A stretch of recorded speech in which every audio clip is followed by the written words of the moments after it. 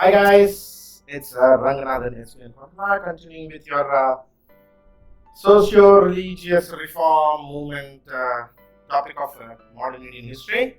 So yes, guys, you can continue with you need to watch the part 1 and part 2 of the socio-religious reform, where we've discussed Raja Ram Mohan Roy, Henry Socio, and those topics. Now, in this video series, we are going to watch some of the socio-religious reform movements in India, those movements which actually impacted India in the strongest way. Now, continuing from where we stopped, let us start with Ramakrishna Paramahamsa. See, between 1834 and 1886, there was one very important individual who played a symbolic role in the socio-religious reform movements of India. Now, his name is Ramakrishna Paramahamsa. Ramakrishna Paramahamsa was actually a priest at the Kali temple in Dakshineshwar near Calcutta.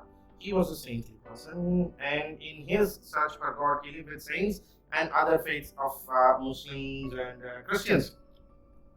Ramakrishna denounced religious particularism and stressed on religious universalism. So he denounced religious particularism and supported or highlighted in the religious universalism. What I mean by religious universalism is all religions are same kind of concepts. Even as his own thinking was rooted in Indian thought and culture, he recognized the truth in all religions. So for him, Eko Dharma Sarva Bhuteshu.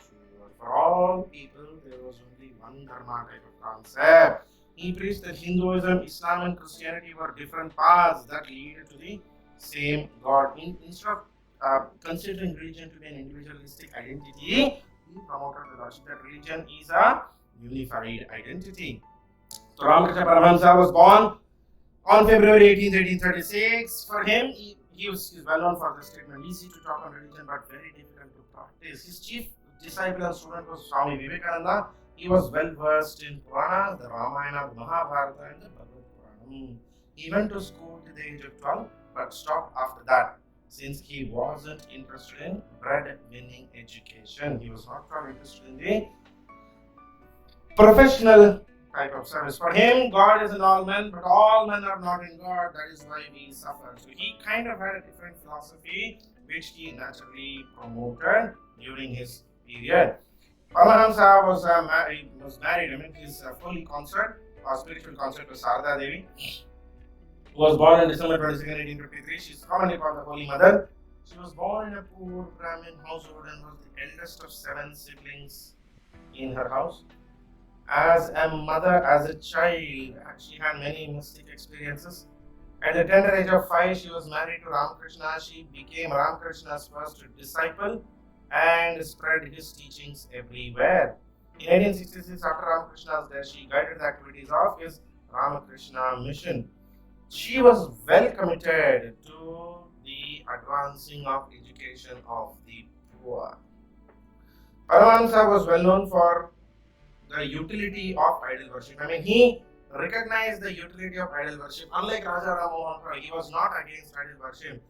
For him, he considered idol worship to be useful in evoking spiritual feelings and fervor in the devotees. Yet, he put his emphasis on the intention and the spirit, not symbols and rituals. I mean, he wanted to use idol worship as a path to religion, not the only path to religion.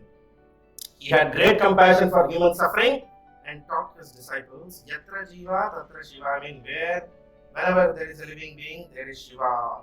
Sarvam Shivam Satyam kind of concept is also from Ramakrishna Paramahamsa. He taught not just kindness to the living beings, but serving the living beings as Shiva himself. However, Ramakrishna's main stress remained on religious salvation than social activism. One of his most important organizations is Ramakrishna Mission, and one of his most important disciple, student, follower is Swami Vivekananda.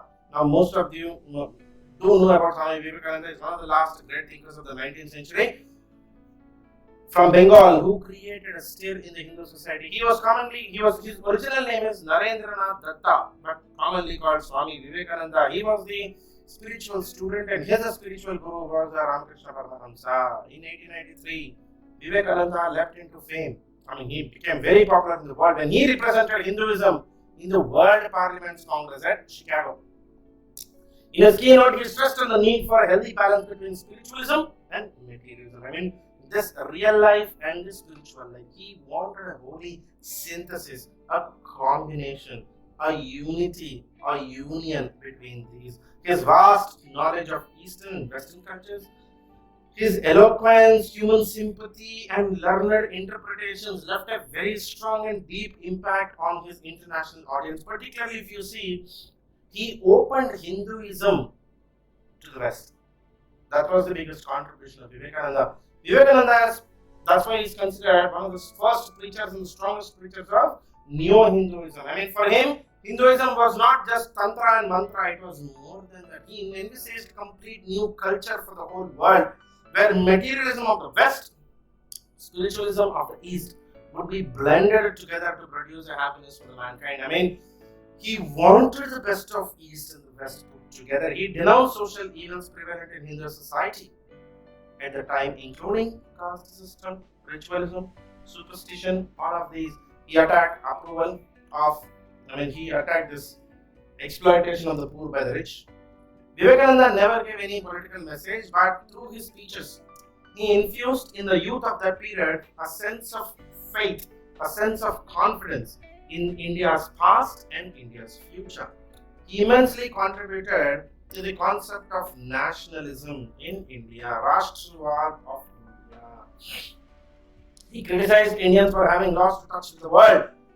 He said motion is the sign of life. For example, change is the purpose of life. That stagnation results in degeneration. Indians, according to him, were too much focusing on our ancient past and not moving forward while the world has moved forward. He was most influenced by his guru's teachings that all living beings are embodiment of God. Therefore, the best way to serve God is to serve mankind. Service to mankind is service to God is what he actually popularized, being part of Ramakrishna Mission. His famous literary works are Vartaman Bharat, the lectures from Colombo to Almora, the East and the West. Vartaman Bharat, lectures from Colombo to Almora, the East and the West. The greatest organization to which both these Ramakrishna and Vivekananda were associated is the famous Ramakrishna Mission.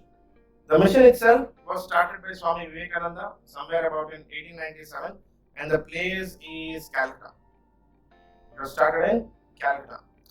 In 1897, Vivekananda founded Ramakrishna Mission 11 years after the death of his guru to carry out his guru's humanitarian and social work. To achieve this objective, the mission opened various charitable schools, hospitals, orphanages, libraries in many different parts of India. As I said, remember, Vivekananda was not at all associated in political discussions. The mission, even today, till the Ramakrishna Mission exists, guys. The mission conducts extensive work in healthcare, disaster relief, rural management, tribal welfare, elementary and higher education, culture, every aspect. Belur, the main headquarters of Ramakrishna Mission. In Ramakrishna Mission, this is the main headquarters of Ramakrishna Mission in Belur, West Bengal. Having said that, let us end this session here, guys. That's part 3. That's the next part of the latest of social religious reform. We will continue this series. Do like, share and subscribe to my channel. Tell all your friends. I'll see you in the next session. Have a nice day. Bye-bye.